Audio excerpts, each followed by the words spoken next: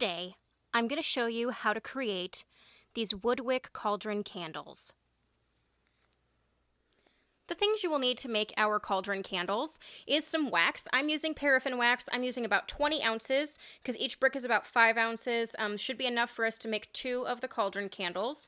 Then I am going to use wood wicks rather than the regular string waxed wicks, but you can use whatever you'd like. I just thought that the ambiance of the little bit of crackle that a wood wick gives you might be nice for this particular candle. I have a plastic fork here that's going to help us with whipping some of our wax, and we'll get into that later. I have the dyes for my candle wax that's going to color it to the color we would like, and it's important that you get candle dye and not just use food coloring. Food coloring is water-based. It will not work. So you either need to get the pellets or the liquid dye for candles. You can get them pretty affordably at any craft store, and if you use a coupon, it's even better. So I have green and yellow here for that. Then we're also going to use some glow-in-the-dark glitter. That's completely optional. You can do whatever you want. You can do no glitter, some glitter. I just thought it might add a little nice touch. Then I'm going to use some fragrance oil to scent my candle. I'm going to be using apple, but you could use whatever fragrance you like. Have fun with it. Mix up some different flavors. Just make sure that, again, it's either a candle fragrance oil or you can use essential oils, but just make sure that they're 100% pure if you use the essential oils. We're then going to need some glue dots, and that's to secure our wood wick to the bottom of our container. We'll need a scale just to make sure that our wax is accurately measured, so you know you have enough. It's always better to go a little over than under. You don't want to run out of wax and have to try to recolor it and refragrance it at the end. I have a cup here, and that's just to put my piping bag in to fill with our whipped wax. And I have an extra Pyrex measuring cup here, and that's for us to whip the wax in. I have some scissors, and I have a baking spatula or frosting spatula here. That's going to be what we use to mix up our wax. And then I have a plastic piping bag and some parchment paper. Now, I also have these cauldron containers. It's really important that whatever container you're going to put this in, and we're going to use the cauldrons, obviously, that they are heat resistant and they're safe. So these are actually made for baking. So these are safe in the oven, the dishwasher, microwave, all that, and they're completely safe. So that means that they're heat resistant, so they will hold up really well with our candles. So just make sure that whatever container you put it in, make sure it's either stoneware or metal, something like that. Don't put this in plastic. It will not be good. So I picked these up at Michael's. They were a couple bucks, really super cute, and thought they'd be really fun to make a candle out of. So let's get started. The first thing we're going to do is take our wax, and I am actually going to put it into the microwave to melt it.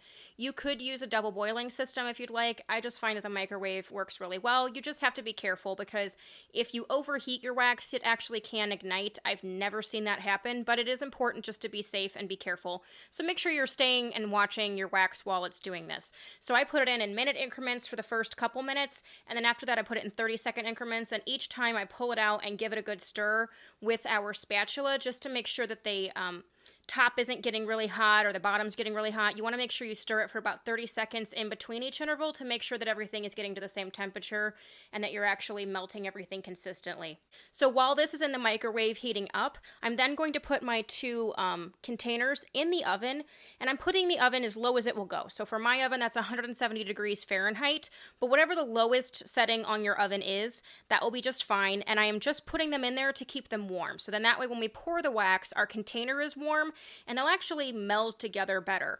If you don't preheat your container, it'll sometimes make it so that when your candle's completely cooled, it will actually separate away from the container and you're able to flop it out. So if you've ever seen a candle that will kind of like come loose from its container, it may be because it wasn't heated up to the same temperature as your wax, so that when they poured it in, it just kind of started to cool around the edges and condense, so it's able to flop out. So I always put mine in the oven at the 170 degrees just to try to keep that from happening. And then that way when I pour it all in, it's all at the same temperature. Now that my wax has melted completely, which took about 10 minutes in the microwave, and again, I take it out in between and do about 30 seconds worth of stirring just to make sure that the top and the bottom are at the same temperature before I put it back into the microwave. And now I'm going to go ahead and start to color my wax. When coloring your wax, it's really important that you know that it's going to take more coloring than it looks like it's going to take. And I'll show you how to test where your color is at with the dye so that you know whether you need to add more or whether you're at the color that you want to achieve. So for this candle, I want to make it more of a bright green color, so kind of a limey, brighter green, but you could do any color that you want. But I'm going to start with the yellow since I want this to be more of a brighter green, and then I'm going to add the green in, just so then that way it doesn't get too dark. So I'm going to add some of the yellow in. And it's going to take more dye than you think it will to get it to the color you want it to be. And again, we're just going to mix this in completely. And then I'm going to add my green.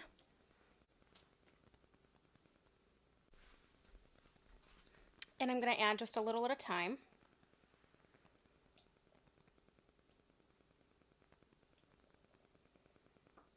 And then again, mix that in.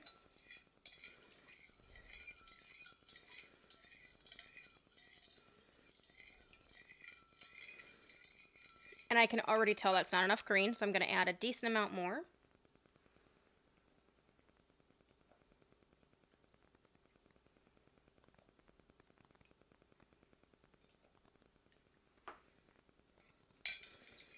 And mix that in.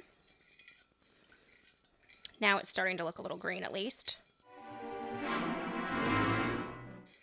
And now to test the color, all you do is take whatever you're stirring it with, so like me, the spatula, and we're just going to make a dot on our parchment paper, and we're going to allow that to cool completely, and that will tell you what color your wax actually is, because it's going to dry lighter than what it looks like when it is warm and in your container. Okay, so this is our color, and I actually I think I like that color. I think that's a good limey, potiony green color. I might add just a hair more green, but not much. I think it's pretty darn close to being the color that I would like it to be. And again, we'll mix that up.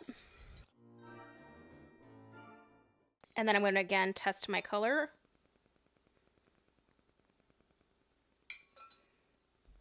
Yeah, I love that. I think that's a great color now that that's dried. I think it's a really good potiony green color.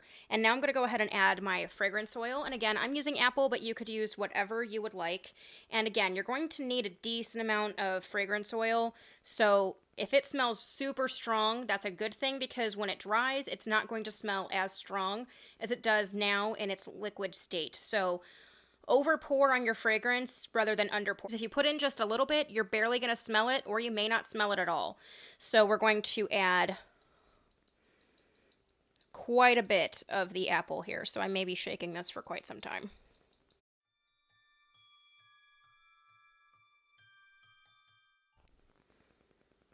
Okay, I'm going to go ahead and mix this in.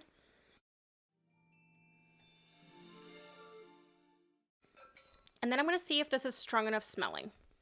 Okay, I'm going to add just a little bit more.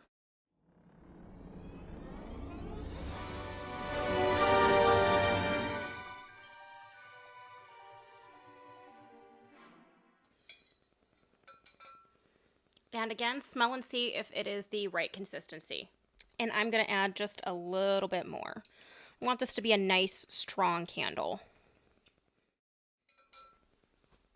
Okay, and I think that's a nice, strong scent. So now I'm going to go ahead and get my containers out of the oven. And now that my cauldrons are out of the oven, I'm going to go ahead and prepare my wood wicks. So all we're going to do is take our little base and our wood wick, and you're just going to press that in so the base will hold it upright. And then I'm going to take my glue dot, and I'm just going to place it onto the bottom of the wood wick base here. And then we can peel the plastic off of the glue dot. And then I'm just going to center it into one of my containers. Okay, and then I'm going to do the same thing for the other one. And now that my containers have their wicks, I'm going to go ahead and start to pour the wax into the containers.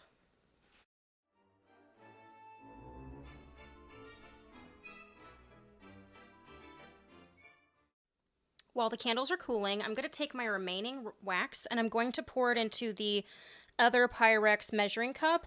And the reason I'm doing that is because this measuring cup is cold. It's not hot like this one, so it's not going to take us quite as long to whip our wax as it would if we would do it in the same container.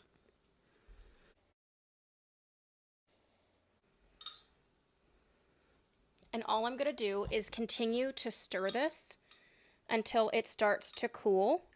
And we want to get it to a consistency of whipped cream. So as it starts to thicken up, we'll actually change over to the plastic spoon. That'll just kind of keep it a little bit more aerated and keep it from clumping really bad until we get our nice whipped consistency.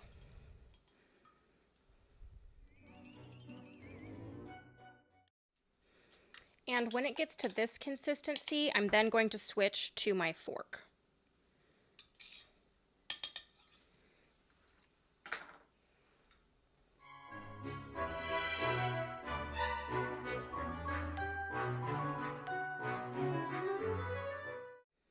Okay, so now we have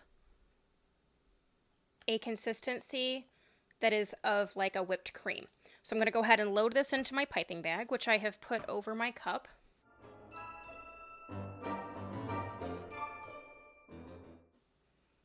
And as you can see, it's kind of like a frosting consistency. And now I'm going to take my piping bag off and push it all down to the end. And then I'm going to snip the end. And I'm going to pipe my bubbling potion onto the top.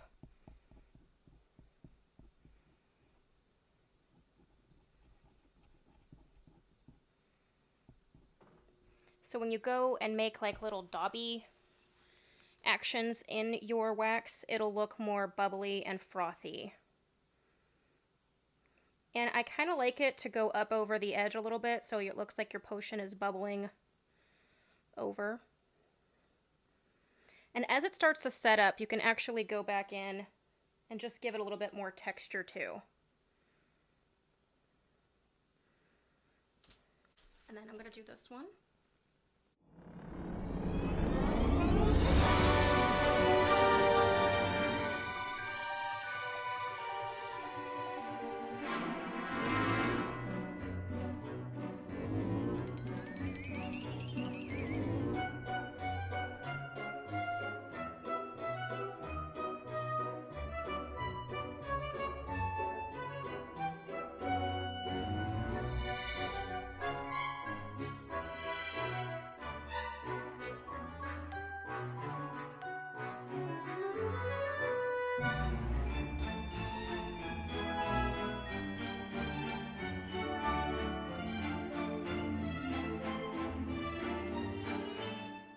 And once we've piped our wax on the top, while it's still wet, I'm going to add the glitter. I'm only going to add glitter to one of them, and the other I'm going to leave unglittered so you can kind of see the difference.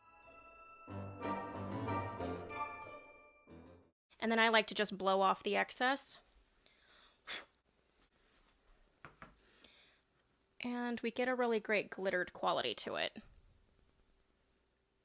Okay, so it's been a couple hours now, and I'm going to go ahead and trim my wicks to 1/4 of an inch. That's what you should do for all of your candles before you burn them, is trim them to 1/4 of an inch. Now, you want to wait at least 24 hours before you burn your candles, just so then that way you know that everything is nice and solid, so that you'll have a good burn and it won't be like a weird burn. Because if you end up burning it for a couple hours and it's not completely solidified all the way through, you may end up getting some weird melting and holes, and it may burn very unevenly for you. Okay, I'm just going to take my scissors and I am going to trim this to 1/4 of an inch.